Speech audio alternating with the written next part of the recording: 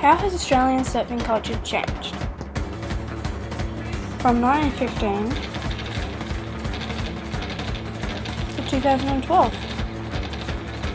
The Duke arrived in Australia in 1915. The Duke. Surfing was brought to Australia in 1915 by a Hawaiian named Duke Kahanamoku. He demonstrated his ancient Hawaiian board riding technique at Freshwater Beach or Harbour in Sydney, New South Wales.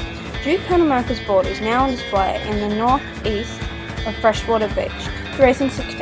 In 1934, the Racing 16 was a hollow board with a timber frame and polywood skin. It was first built by Frank Adler at Maroubra. These boards were based on a Tom-like design. They were lighter and easier to manoeuvre than the original solid timber boards. Malibu Madness. In 1956, a group of American lifeguards who were on tour during the Melbourne Olympics. They sparked a frenzy after demonstrating their new Malibu surfboards. These had a balsa core, making them much lighter than those used on Australian beaches at times. Local surfers were soon riding these boards.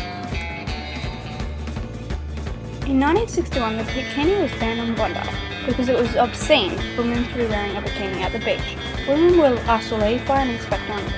Now bikinis are worn everywhere, and on Bondi women are even seen topless. The Bells Beach Surf Contest was first held in 1962. Today it is the important part of the ASP World Tour. It has now become the longest running professional surfing event. It is now known as the Rip Curl Pro Bells Beach. It attracts lots of leading surfers because they would like to ring the bell.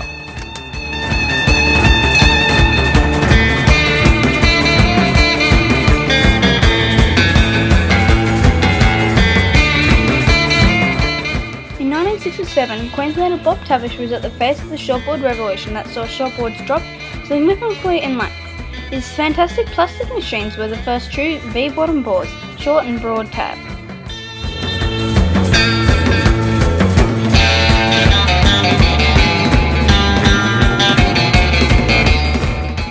Three of the world's biggest surf companies, Rip Curl 1969, Quiksilver 1970 and Billabong 1973, established operators in Australia.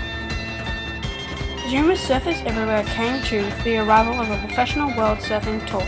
Coolangatta's Peter Townsend was crowned the first professional world surfer.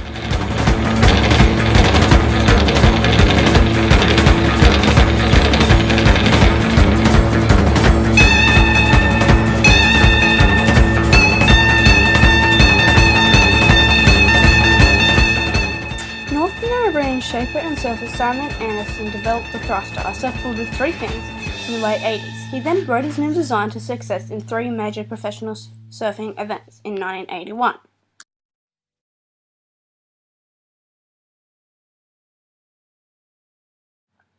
Popular surfer Tom Carroll became the first surfer to be exclusively sponsored by one company, signing a $1 million contract with Quiksilver, who was one of the most significant surfers of the 80s. He won world titles in 1983 and 1984. Lane basically won a record 6 consecutive world titles in 1983 to 2003 and then added a 7th in 2006. Lane became a professional surfer at the age of 16 and is generally regarded as surfing's greatest female big wave surfer. There have been many different styles of surfing through the ages like longboarding, thruster, three-fin and loads more. Today there are 3. Stand-up paddleboarding, bodyboarding, Malibu style, and shortboard. I sat down and had a chat with a couple of young surf grommers from South Australia and asked them about their thoughts about how the culture and styles of surfing have changed. Hi, I'm here with local surf grommers, Finn and Logan. So Finn, how old are you now? I'm 10. So how long have you been surfing for? I've been surfing for 7 years since I was 3. Since you were 3, wow. So they told me you've been sponsored. So who are your sponsors? I'm sponsored by Quiksilver, Cream, Carl, and Franklin Surfboards. Wow. So do you win much of your competitions that you enter? Yeah, I've won about 3 or 4 of my competitions so far. Wow, you must be really good. Logan, what are your views on the fact that Sean Carroll, he didn't get sponsored in 1988, and now people like our friend Finn over here are getting sponsored? Yeah, well, surfing's changed dramatically through the years, and I think it's very good. It's great that Finn has the chance now to excel at his desired sport, surfing. And I hope I can do the same in the coming years. Luck to you. Luck to you. So boys, have you ever tried riding a traditional surfboard? No, not at all. I just reckon it would be pretty fun to ride one, but it's just so hard to turn it. Yeah. But I would hate to ride one of the old traditional wooden Malibu boards because that'd be so much harder. Yeah. What about you, Logan? Well, no. No. Me, no. I'm not a fan of Malibus, but I've heard mums, and yeah, I can turn on it, but nah, it's not for me, no. Yeah, they'd be pretty hard to ride. It's a lot of hard work. The fins on them are massive. Are they? Still. So boys, do you think it's important to be wearing brand names like Billabong, Rip Curl, and other ones like that? Yes, of course it is. I think it's part of the culture, and you won't see me at Rivers anytime soon, you know what I mean? Yeah. So I give a big tick to Rip Curl, Wave Zone, yeah, Navy, Quicksilver, yep, Billabong, yep, they're all good. You just feel part of the crew. Yeah, That's great. What about you, Finn? Just like what Logan said, I agree with everything he just said, and you do feel part of the crew at comps and everything like that. Yeah. Finally, how often do you guys go surfing, and do you ever live without it? Oh, well, me, never. I could not live without it. I've been surfing since I was 3 and I've always lived on the coast. Yeah. What about you, Logan? Yeah, same thing with me. I can't live without it. It would be just impossible to do. I couldn't do it.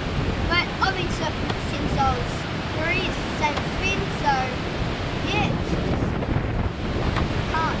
Yeah. Impossible. Part of being. So you guys going surfing? Yeah, sure. Yes. Yep, let's go. See you guys. See ya.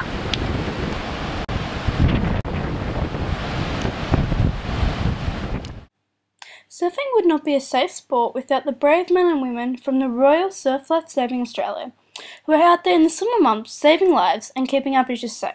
Surf life saving responsibilities have significantly changed, and their legal responsibilities have changed too, because now they have a duty of care towards the public. From 1907, when the first volunteer surf life saving committee was formed, to now, when where there are beaches like Bondi Beach, which are patrolled every day of the year by paid professional lifeguards from Waverley Council.